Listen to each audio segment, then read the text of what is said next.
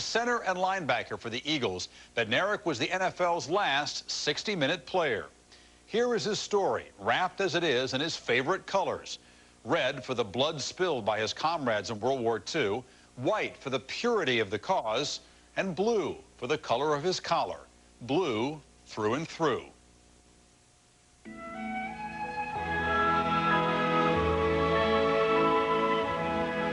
In the first half of the 20th century, millions of sons were born to Eastern European immigrants amid the squalor of the nation's mining and mill towns. Children of outrageous social injustice, they grew up tough and angry. Their bodies forged by hard labor and tuned to a fine edge by street fights and football.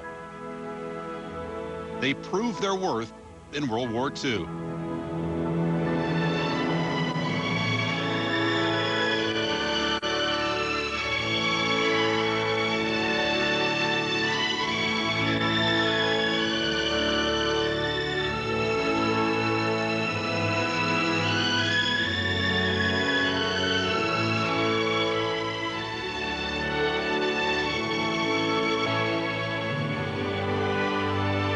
I had a number of buddies that never came back.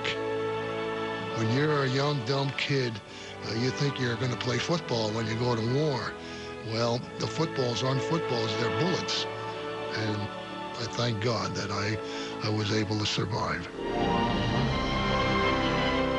Chuck Bednarik to me is the epitome of what the game of football is all about. I'm talking about the discipline, I'm talking about the toughness, I'm talking about the focus, I'm talking about the intensity.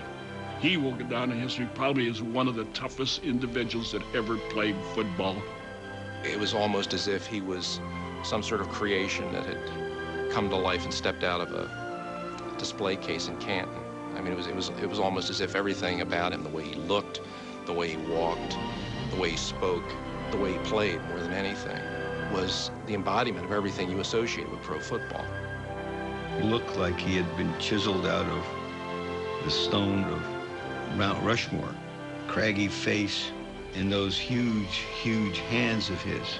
He was a big man among big men. Certain nicknames stick, like Concrete Charlie, because they are perfect caricatures of who that person is.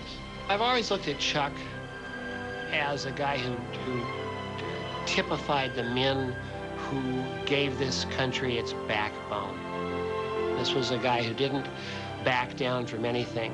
You know, I think a lot of people think, well, athletes today sure had it tough. Believe me, they didn't go off and fight in wars, and they didn't live through depressions. Bednarik was a very special kind of guy. In Bednarik's era, you came off a field muddy, and there was no one's uniform that was ever dirtier than Chuck Bednarik's, that he played in the center of the game, the center of the line, the center of the defensive action. And his shirt was testament to the game he had played. He loved to play. He hated to go off the field. So he played 60 minutes, game after game after game. Toughness, toughness. Toughness is associated with winning a football game. Toughness is pounding that ball until you get a score. When I speak of toughness, I'm talking about Chuck Bednarik. You're born tough. That's where your linebackers come from. They don't come from the golf course. They don't come from the tennis courts. They don't come from the basketball courts. They're born like that. A linebacker is an animal. He's like a tiger or a lion that goes after prey. He wants to eat him. He wants to kick the shit out of him. That's a linebacker. An 8-time All-Pro for the Philadelphia Eagles, Bednarik executed his signature tackle against the Giants in 1960. The victim was Frank Gifford. When we go back into the game, the defense, Frank's laying on the field. And I looked at him, and I thought he was dead. I mean, his eyes was back in his head, and he was shaking. He was white, and so I said to Mo Gillespie and Greer, and I said, hey, Frank's dead. He was 75% animal and 25% human being. If he'd have been with Custer, he'd have been standing right beside him. I mean, that's the way Chuck played the game. That's the way it was. He would have been great in Spartacus. Absolutely. He could have taken Kirk Douglas's place. Spartacus, babe. You know, sword in his hand and all that jazz. Absolutely. You couldn't be in a lab and mix different portions together and come out with a guy like Chuck Bednarik. If you had a magic wand, you'd want to make 11 Chuck Bednariks. He was a guy that could dominate a game without ever touching the ball. And there aren't many guys you can say that about. Bednarik's warrior philosophy exacted a heavy price. My children are afraid of their grandfather. I see the way that he is with them, and it makes me reminisce, geez, he treated us the same way. He played rough on the field, and he was rough at home. He was a real disciplinarian. It was almost as if the compassionate side of him wasn't there. I mean, Chuck felt when he was playing that that was the most important thing in his life. And even though he's not playing anymore, it remains still probably the most important part of his life. He has never really put that side of his personality out to pasture.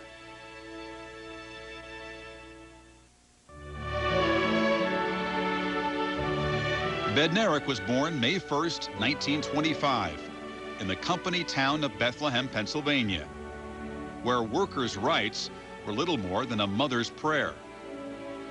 People came from all over the place, Slovaks, Hungarians. They all worked together at the steel mill. Shift work, 3 shifts a day. Those black lunch boxes going across the bridge while the fires waved above them. And that was essentially the Bethlehem, Pennsylvania that Chuck grew up in. Chuck didn't have a nanny around to pick him up when he was a kid. He didn't have a butler driving him to school. Chuck was a guy that, to a large degree, made his own way.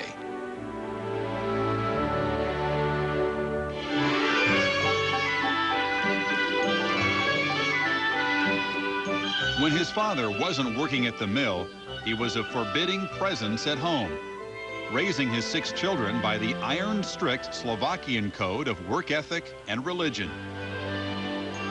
And most of my other friends and his friends were out playing somewhere, but we had to go to benediction. My father made sure. When we were playing on the street, then at 6 o'clock, the church bells would ring, bang, bang, and boy, that meant I had to take off. And I had to run like hell to get home, melt down, and we said the Angelus. That was every single night.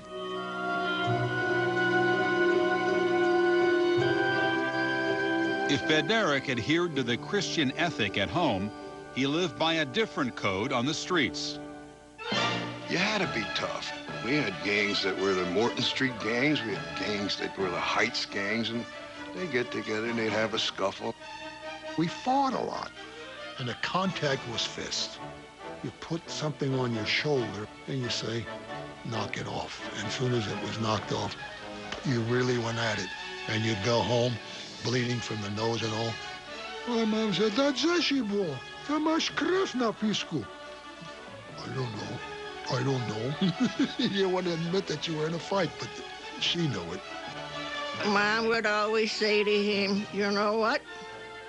You don't start no fights. But if they hit you first, you fight back.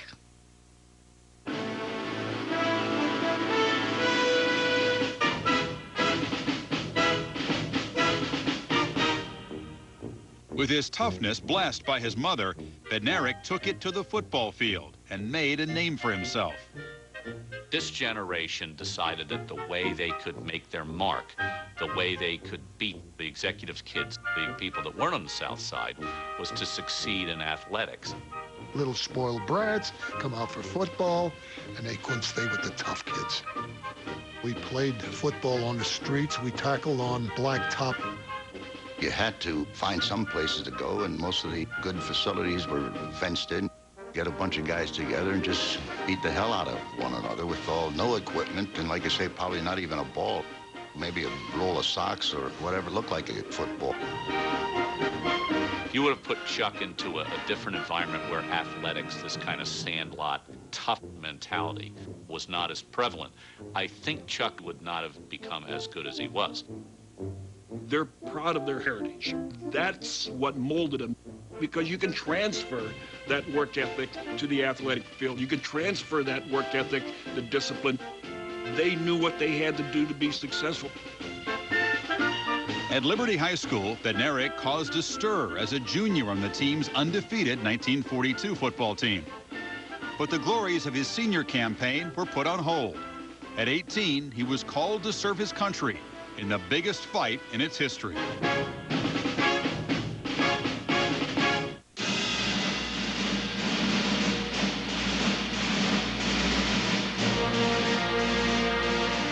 A member of the Army Air Corps in 1944 and 45, Bednarik was no longer a man among boys at Liberty High. The stakes were higher and the battles not so easily won. Chuck's father and mother drummed into him the fact that this country, this flag, this Statue of Liberty had saved us. We found another way of life here that we would have never been able to do. So you went in and you served your country.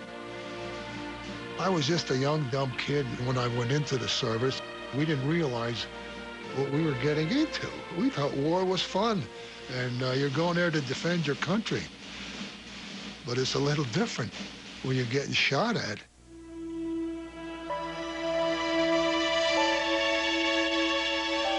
Anybody that says they're not scared is just telling a lie, because there's no defense for somebody shooting up at you and you're flying in a straight line.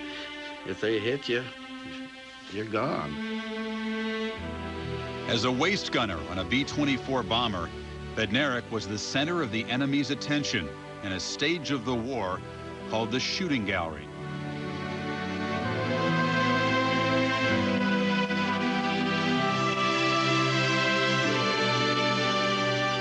The 8th Air Force lost over 25,000 men. We lost more men than the entire Marine Corps did in the South Pacific. Early on, the chance of completing a tour were 1 in 5. That was an experience that you didn't like the odds. You didn't like those odds. These guys were the bravest people in the world.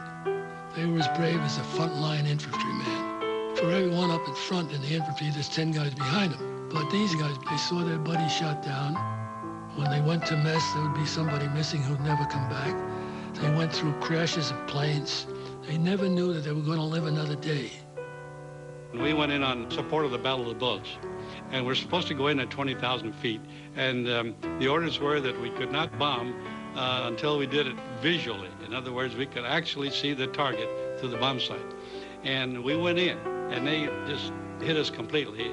And you just wait and wait and wait, you know, something happened, although you hear the shrapnel go ping, ping, ping, going through the plane, and it finally bombs away, and you say, let's get the hell out of here, and you make a turn off, and you get the hell away from all that flak.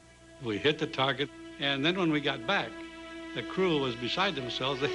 Chuck and the rest of them wouldn't count the holes, so they went outside the plane, and they counted 175 holes in the airplane. We saw firsthand our friends get hit. They were gone.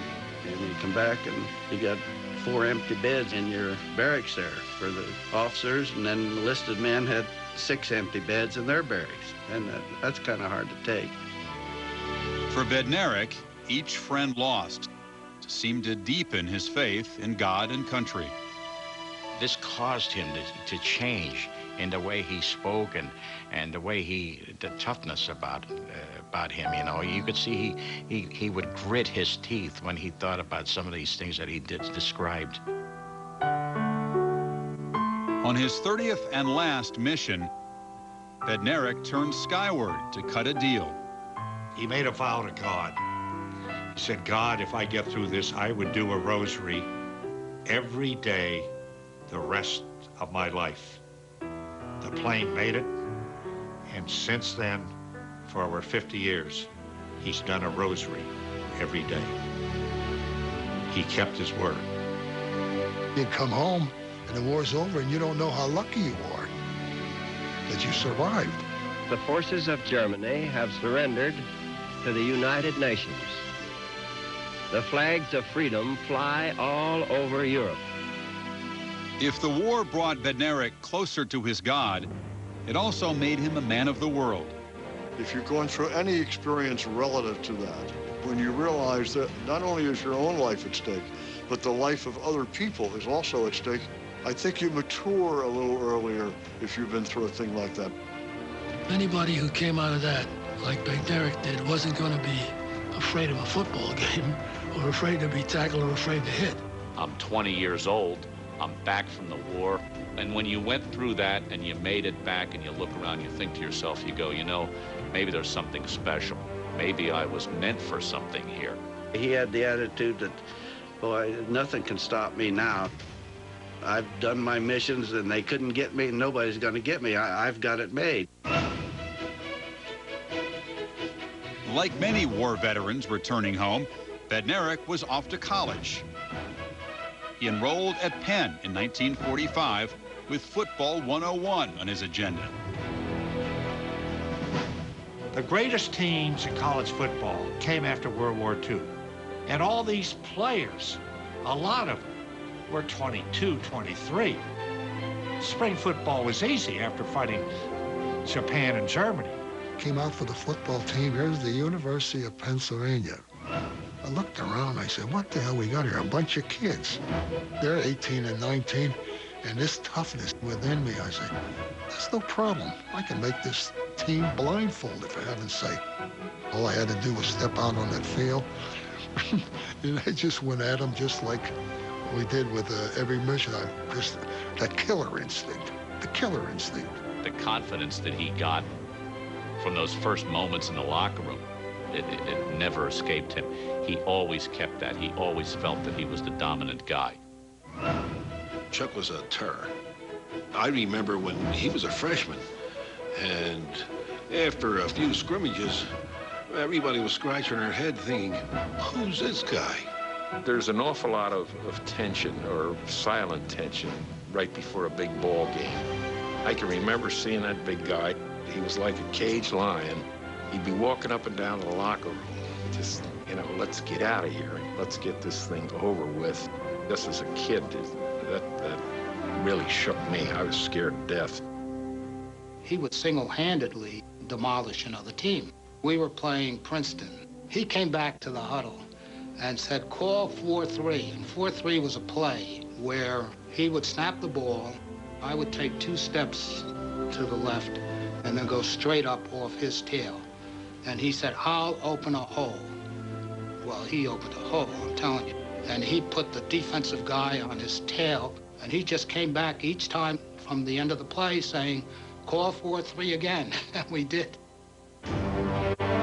As the most decorated football player in Penn's history, Bednarik almost won the Heisman, finishing 3rd in 1948. Chuck basically did that at a time when it was a real glamour era of college football. And here's a guy who's playing center and linebacker from the University of Pennsylvania. Because Doak Walker is probably one of the half-dozen greatest Heisman winners ever, that you kind of forget how good Chuck Bednarik was. It's utterly amazing. This is 1948, and other sections of the country looked upon the Ivy League as, you know, a bunch of pretty boys running around. They really did. And for Bednarik, who wasn't a running back or quarterback, it'd be like the Reform Party winning the White House. Drafted #1 overall by the 1948 NFL champion Eagles, Bednarik was launched on one of the most remarkable careers in pro football history.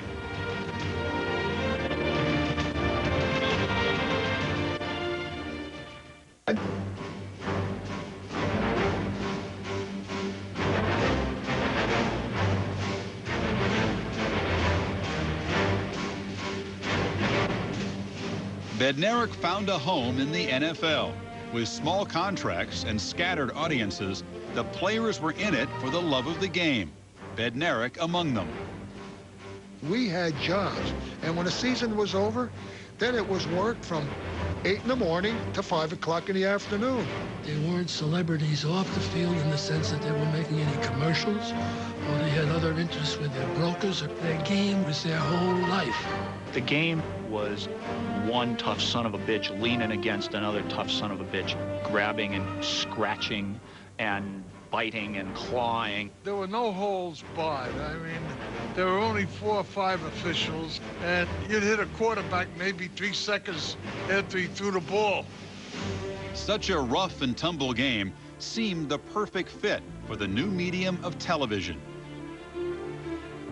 Suddenly, the camera loves football because it gets the violence of the collision, and that's what sells it.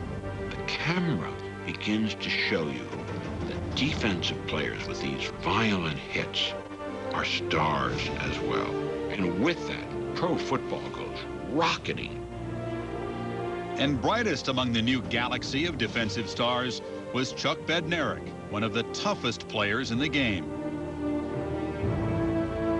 There were players in the league that were afraid of Bednarik. And it takes a very unusual sort of guy to make other pro players wary. They knew that Chuck would do whatever he had to do. I used to watch the wars between he and Jim Brown. To see Jim go into that line at a tremendous speed and to hear the sound when they hit each other. I saw him shatter Jim Brown. He made it his business to make sure that anyone coming up through his territory did ever forget him. He was loud and boisterous. He talked a lot, but he backed it up. He was a monster. We're doing a jumping jack, and he is leading the exercises. 1, 2, 3, 4. 1, 2, and he says, hold it. Everybody stopped, and he walks through the line of players and everything, and he goes back, and there's this big guy named Jesse Richardson who weighed over 300 pounds, right? Drills him, and he walks back up front and says, if we're gonna do them, we're gonna do them right. And I'm going, how do you screw up a jumping jack? You know, I was scared to death. Few players ever confronted Bednarik on either side of the ball. But against the Cleveland Browns in 1954, Chuck Noll made the mistake of putting a hard forearm into Bednarik's mouth. Next to me is my roommate, Frank Whiteout. I said, hey, Frank. Yeah, Charlie. I said, you see Noll? He said, yeah. I said, let's get the son of a bitch. Okay. And I remember Groza kicked the ball off, and we went after him. Got him, put him down, kicked him, stomped on him. He got up, frothing from the mouth. You son of a bitch, when this game's over, I'll get you. I'll get you. I'll come after you. I said, I'll be right here when the game's over. So at the end of the game, he hit Noll, Chuck Noll, a shot. And Noll's helmet went off spinning up in the air like a space shot. And a bunch of the Browns ran over, and they got about 10 feet away. And Chuck just turned and pointed to him, and he said, don't cross that line.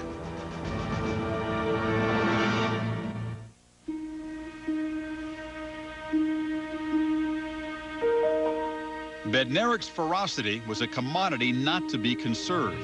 Well after the two-way player had been replaced by the two-platoon system, the talent-thin Eagles needed Bednarik on the field all the time. I played in the position, center, where you hit and get hit on every play. I played there as a linebacker, where you hit on every play. I played offensive tackle one year with the Colts, and I hated every play. I didn't like it at all. Not many players would want to do it, particularly when you don't have to. He ruled that whole back line as a linebacker. And to realize that he had just came from the offensive side over to the defensive side, which means he only got a minute's break. It's extraordinary. Bednarik's durability was the stuff of legend. Missing 3 games in 14 NFL seasons, he sometimes played when he should have been hospitalized. He tore his right bicep, so his bicep was literally hanging below his arm. He goes over to the sidelines. We all go over and are staring at it. He goes like this, works the muscle back up above the elbow, told the doctor, said, put the tape here. The The doctor looked at him, put the tape there. Chuck goes, it was being held in place. He goes back out. He played the rest of the game. I don't think I ever saw him on a sideline for an injury. He was a great example to other players. A lot of guys spend a lot of time in the whirlpool. I don't remember ever seeing Bednarik in the whirlpool. Bednarik, he was just an amazing physical specimen. After helping the Eagles successfully defend their NFL title as a rookie in 1949, Bednarik could not save his team from drifting into a decade of mediocrity, posting only 4 winning seasons during the 50s. Chuck Bednarik was 34 years old, playing for a bad football team. I'm tired of the beating and thinking he'd like to retire. We all wrote that that was it for Chuck, and he got a big ovation from the crowd, of course, and all that, and that was supposed to be it. At the time, I don't think anybody had a clue that Chuck was going to play again in one of the most memorable pro football games played.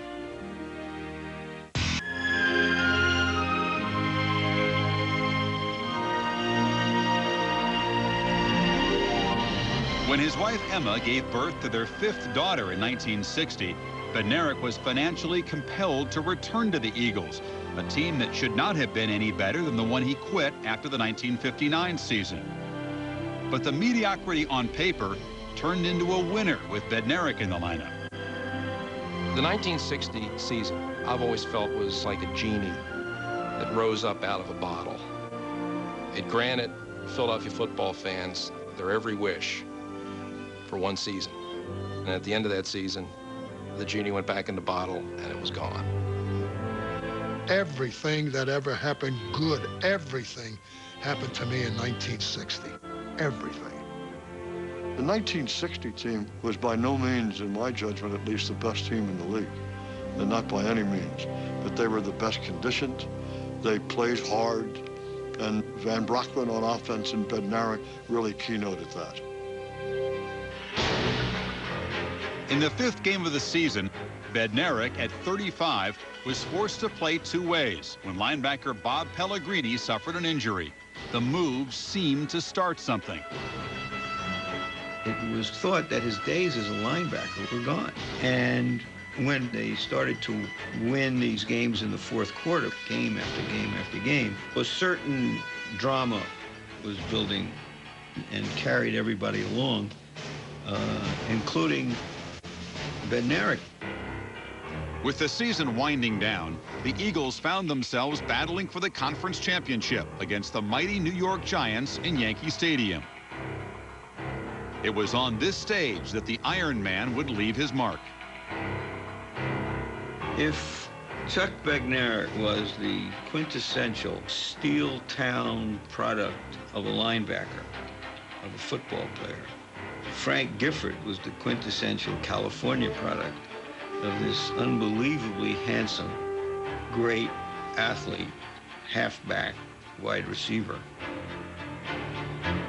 And this was almost like a massive collision of 2 cultures.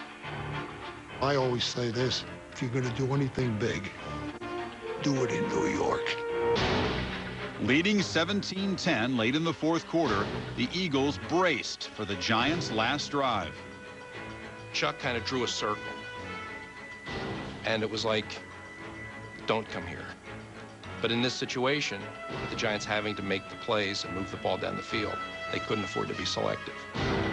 So Frank Gifford went to the one place that he shouldn't have gone. Gifford had no notion that he was coming at him. And it was the type of thing, you looked at it and you wanted to yell, "Watch it, Frank!" I have never seen anybody hit anybody the way he did. Nobody.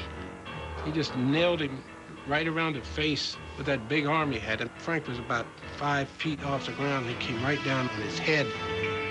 It sounded like a rifle shot. That I remember. I remember that sound, the sickening sound. The guy who carried him off the field still works for us, Julius Hooray, and told me that they brought a priest and gave him the last rites. Somebody died in the stands of a heart attack. They took the person into the Giant locker room. So we're undressing. And then out comes this ambulance cart. And there was a body on it, and it was a sheet over. And I thought it was Frank Gifford. I thought Frank Gifford is dead. You know, Chuck Bednarik has killed him. We come to find out that it was not Frank. Frank was already gone to the hospital.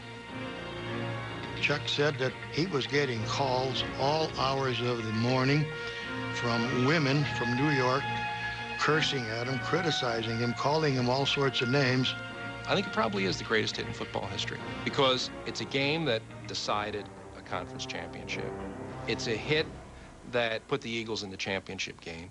It was a hit that made one guy a legend forever, Bednarik. And it was a hit that put Gifford out not only for the rest of that season, but for all of the next season. December 26th, 1960, the NFL championship game. Well, we're going to have a full house here at Franklin Field this afternoon for this big game between the Western Conference winners, the Green Bay Packers, and the Eastern winners, the Philadelphia Eagles. At that time, Chuck was at the height of his power. He felt he could do anything, and Chuck somehow sensed that this would be his defining game. Lombardi was completely obsessed by him. He wrote number 60 on the blackboard and then crossed it out 15 or 20 times to really emphasize, we have got to block Chuck Bednarik or we're not going to win this game. Chuck Bednarik is starting at offensive center for Philadelphia, and he will go both ways. He was the Iron Man. Nobody heard of anybody playing two ways at this stage of football, you know, and yet here he is in his later stages, not only playing both ways, but playing well both ways. The game he had against us was one of the special games that's ever been played. He never played a better game than he played against us.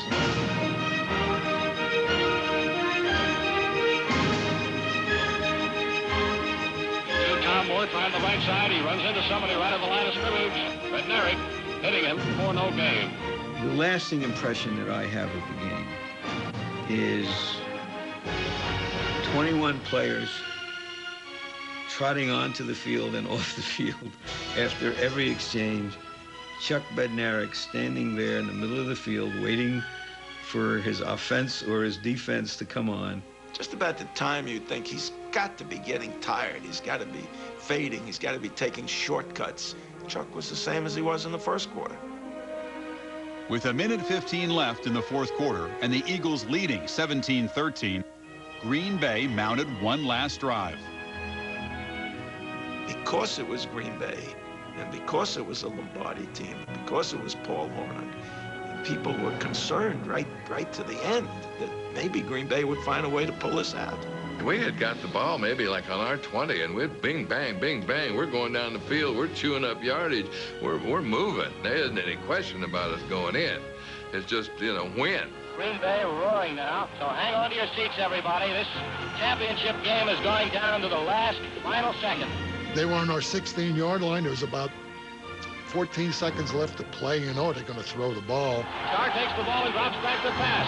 He looks. Taylor swings out, and he flips him this pass. Now he's on his way. Down at the 15, to the 10, and he drives to the 9. And then he had to get by me. And I made sure I wrapped my arms around him. And then I threw him to the ground along with a couple of our guys. And I could see the clock in the end zone down to 5, 4, and then it went to 0. And then I looked at him and I said, you can get up now. This game is over.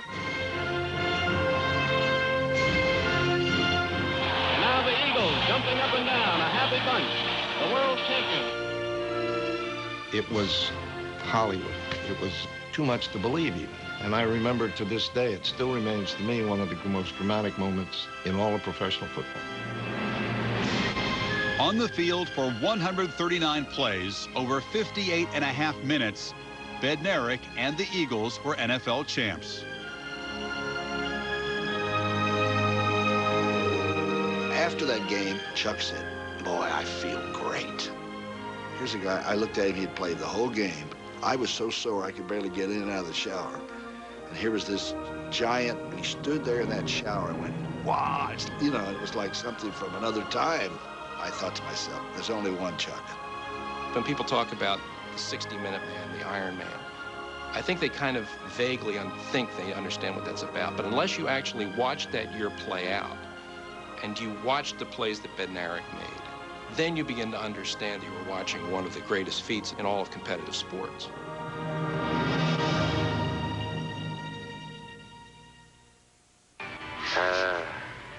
Look at that. So beautiful. Bellissimo. Be gentle.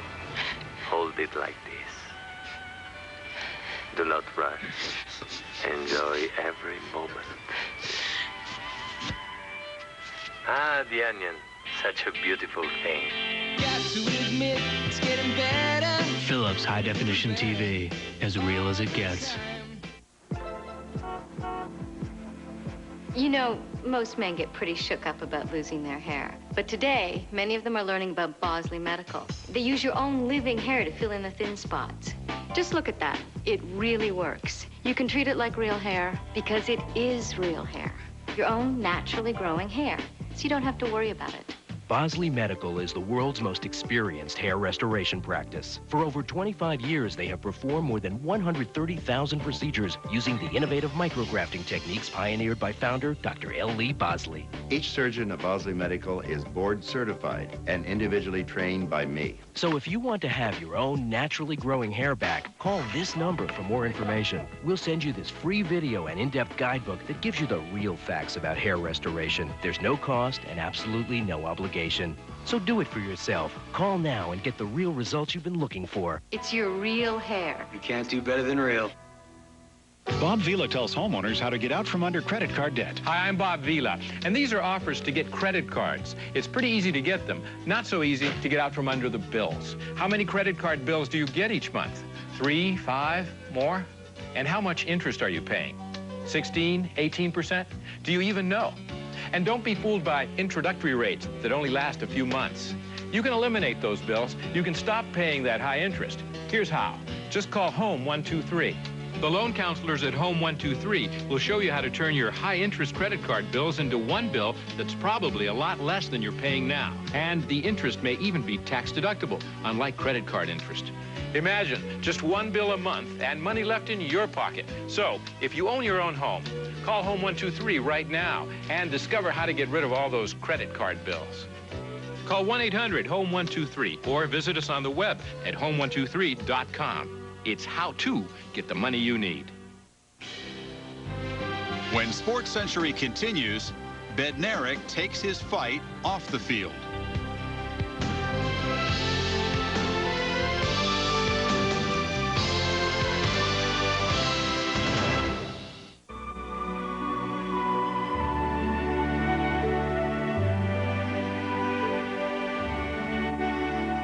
Chuck Bednarik retired in 1962. 5 years later, he entered the Pro Football Hall of Fame in Canton.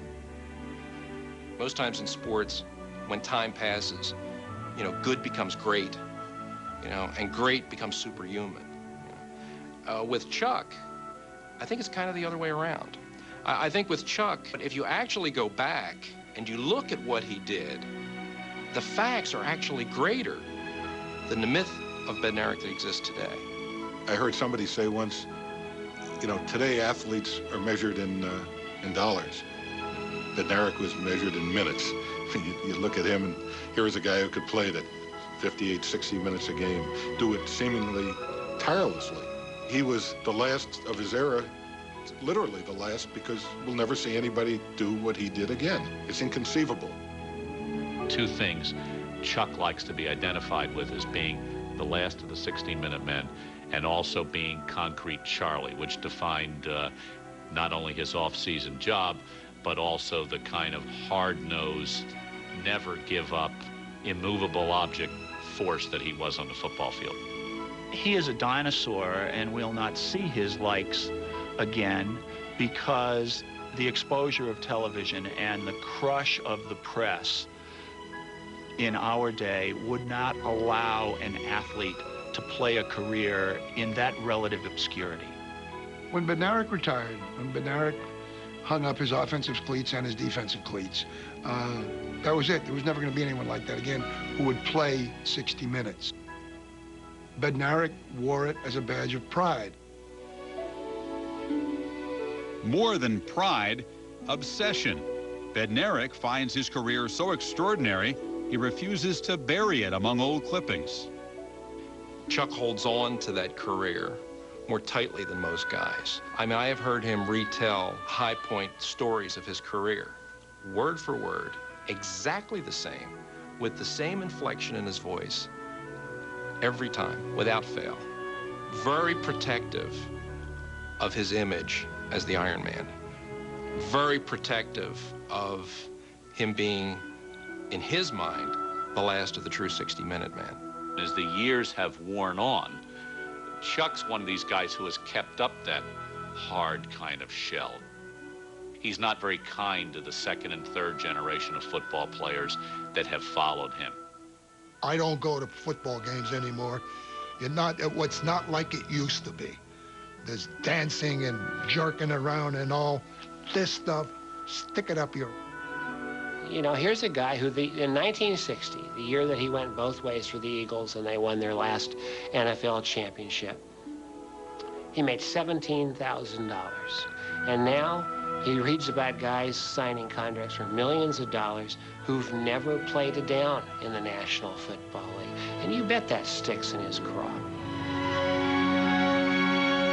It's hard for him as he's aging to see himself less in the spotlight with a lot of the younger players coming into the picture and getting all the notoriety. I know you're looking at me, say you're jealous. You're damn right. You're damn right I am. I don't respect the game. The hell with it. It's almost like an aging starlet. You were once so much a part of the limelight, and it became so much a part of your life that as you get older, it's like you want it to continue, but it doesn't. I said, you've achieved all the honors you could possibly get. I don't know what. He said, well, I said, I have an image to live up to. When we would be out somewhere together, not family affairs, but public affairs, I would see him go up to other people, children our age, and he would be such a charmer. And then when he would be out of that, I would approach my mother and say, hey, Mom, how come he's so nice to other kids, but yet he's not that way with us at home? And she would always appease us by saying, it's the way your father was raised. You just have to accept it. And a lot of times it was hard to accept. But he was never the type of father that came up to us and said, hey, come here, kid, give me a hug. You know I love you. I don't think to this day and age he's ever came out and looked us straight in the eye and said, I love you. When he was in his mid-60s, they were grading a lot near his home and knocking down trees. And some guy had been out there working on a bulldozer all day. And came the cocktail hour, and Chuck probably had a pop or two, and he decided he'd heard enough of the bulldozer for the day. He said to the guy something, what are you doing over here? And the guy said, I'm knocking these trees. He says, well, knock it off. He says, it's too late for you. We don't want all that noise here. And I guess the guy had something to say to him, and Chuck went up and he grabbed him by the neck, and he pulled him down on the ground, and he was choking him. One thing led to another, and Concrete Charlie wound up being fined $250 for strangling. I said, you know, you're 50-some, maybe 60 years old, and you're still fighting? I said, you're crazy. I suppose there is a kind of poetic metaphor of Chuck Bednarik and the world of heavy steel that he came from. Something that is unbreakable, something that stands forever. Bednarik as a football player will stand forever.